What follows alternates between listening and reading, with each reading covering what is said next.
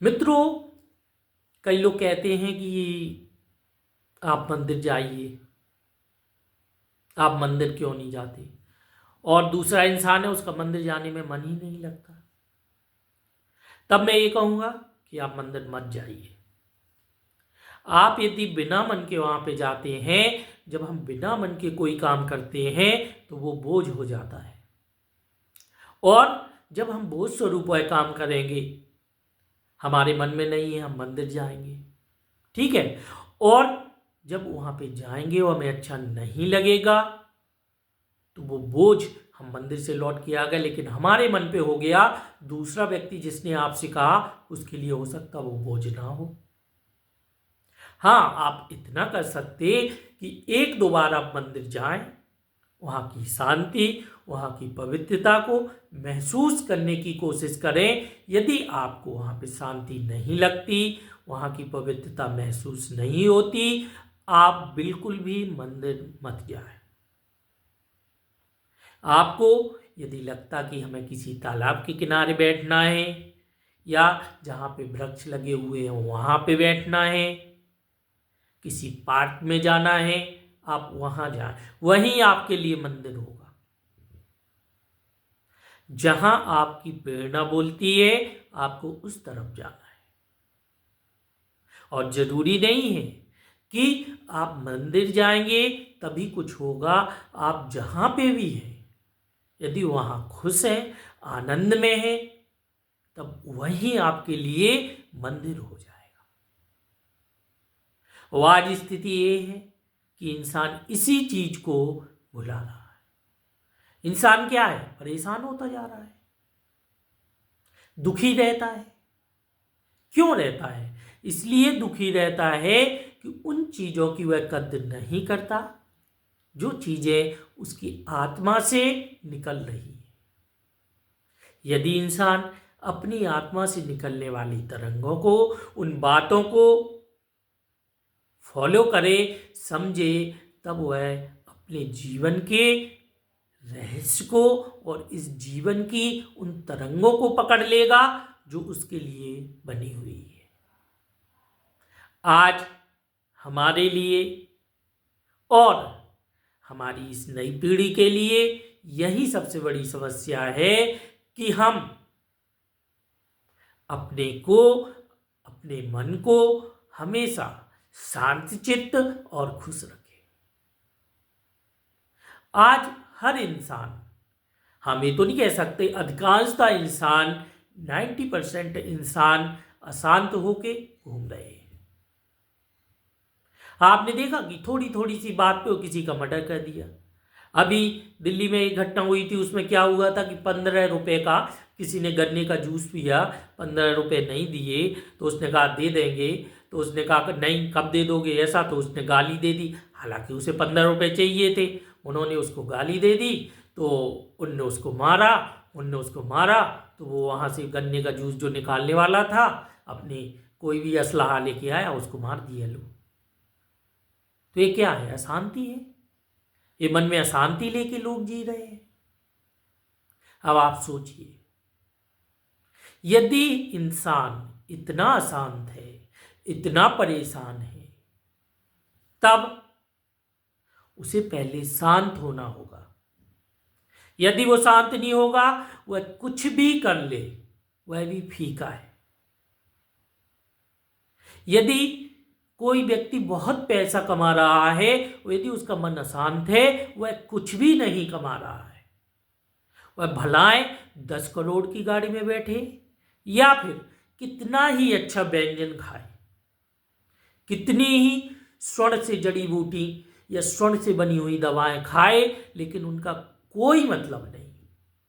और यदि कोई व्यक्ति मन से शांत है, खुश है, यदि उसके पास कम ही पैसा है, ठीक है, हाँ थोड़ा बहुत तो पैसा होना जरूरी है जीने के लिए, बस ठीक है, वह उससे भी मजबूत है, संपन्न है।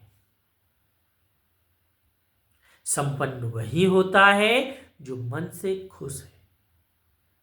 और मन से खुशी उसे मिलती है जो, पैसा तो होना जरूरी है, थोड़ा बहुत जिसके पास पैसा है, जितने में वह अपना काम चला लेता है, दूसरों की मदद कर देता है, दूसरों को खाना भी खिला देता है, महीने में 2-4 दिन कल्याण के काम कर देता है, सहयोग कर देता है, बस बहुत है। यही तो जिंदगी है।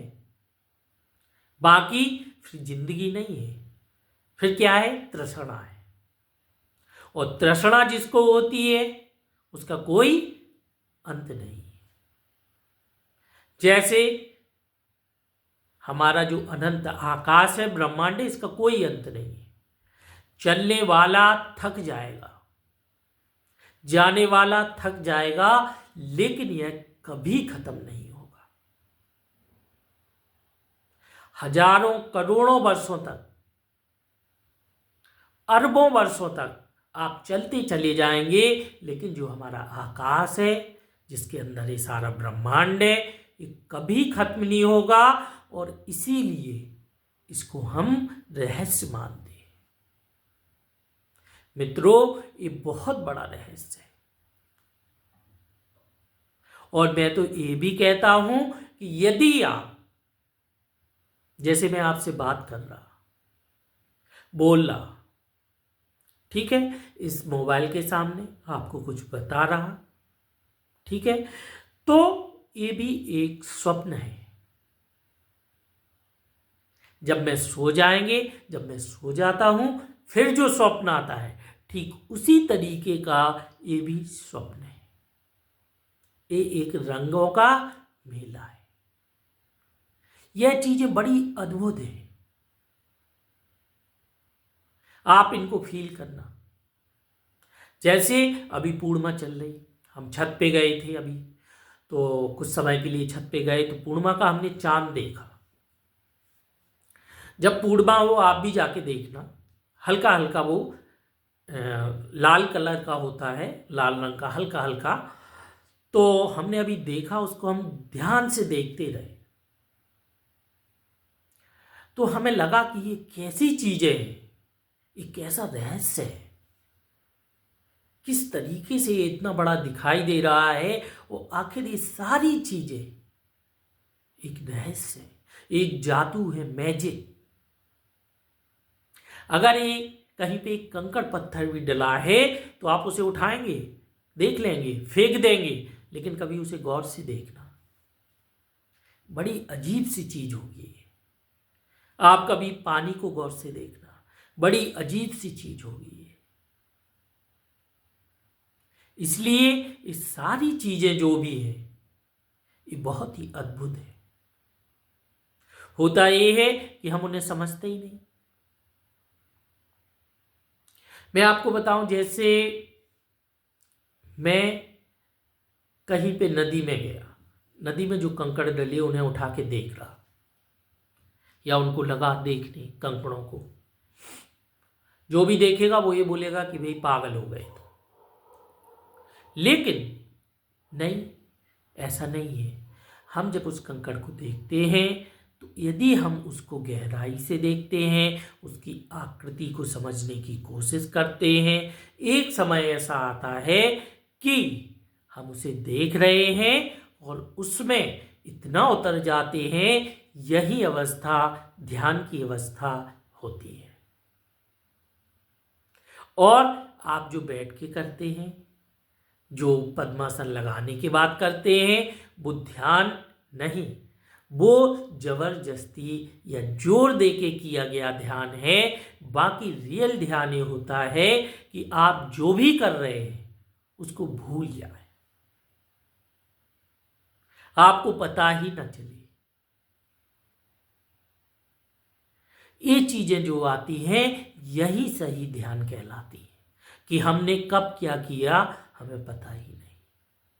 आप जानते होंगे, जब हम किसी चीज पर फोकस करते हैं या हम किसी को देख रहे हैं, उस समय में बगल में खड़ा इंसान हमसे कुछ बोला, हमें सुनाई नहीं दिया, क्योंकि उसको देखने में हम इस तरीके से उतर गए कि हमें और कुछ दिखाई ना दिया और ना ही कुछ सुनाई दिया गया। और यही चीज ध्यान कहलाती है। ये हमारे जीवन में, या हमारे दैनिक गतिविधियों में कभी कभी घटती है, लेकिन यदि इसका दायरा हम बढ़ाते हैं तब हमारा जीवन है वो संवरने लगता है। हमारा जीवन उन चीज़ों को, उन तरंगों को पकड़ने की कोशिश करने लगता है जो तरंगें हमारे लिए अबूझ हैं, उन्हें हम जानने लगते हैं और इस तरीके से हम अपने जीवन के एक पायदान को समझते हैं और वहाँ से अपनी अनवरत यात्रा की शुरुआत कर देते हैं। मित्रों, हमारा यहाँ पे आना एक पड़ाव है। मेरा तो ये भी मानना है कि हम कहीं से चले हैं, चलते चलते हमने यहाँ पे एक जीवन का रूप ले लिया। हम यहाँ पे रुक गए, फिर यहाँ से जैसे ही हम विदा होंगे हम फिर चलना शुरू हो जाएंगे।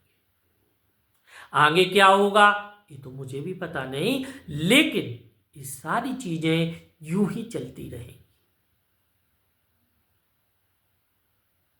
और इन्हीं चीजों में आपको ये समझने की कोशिश करना है कि आखिर हम कहाँ से चले थे और कहाँ पे जा रहे हैं,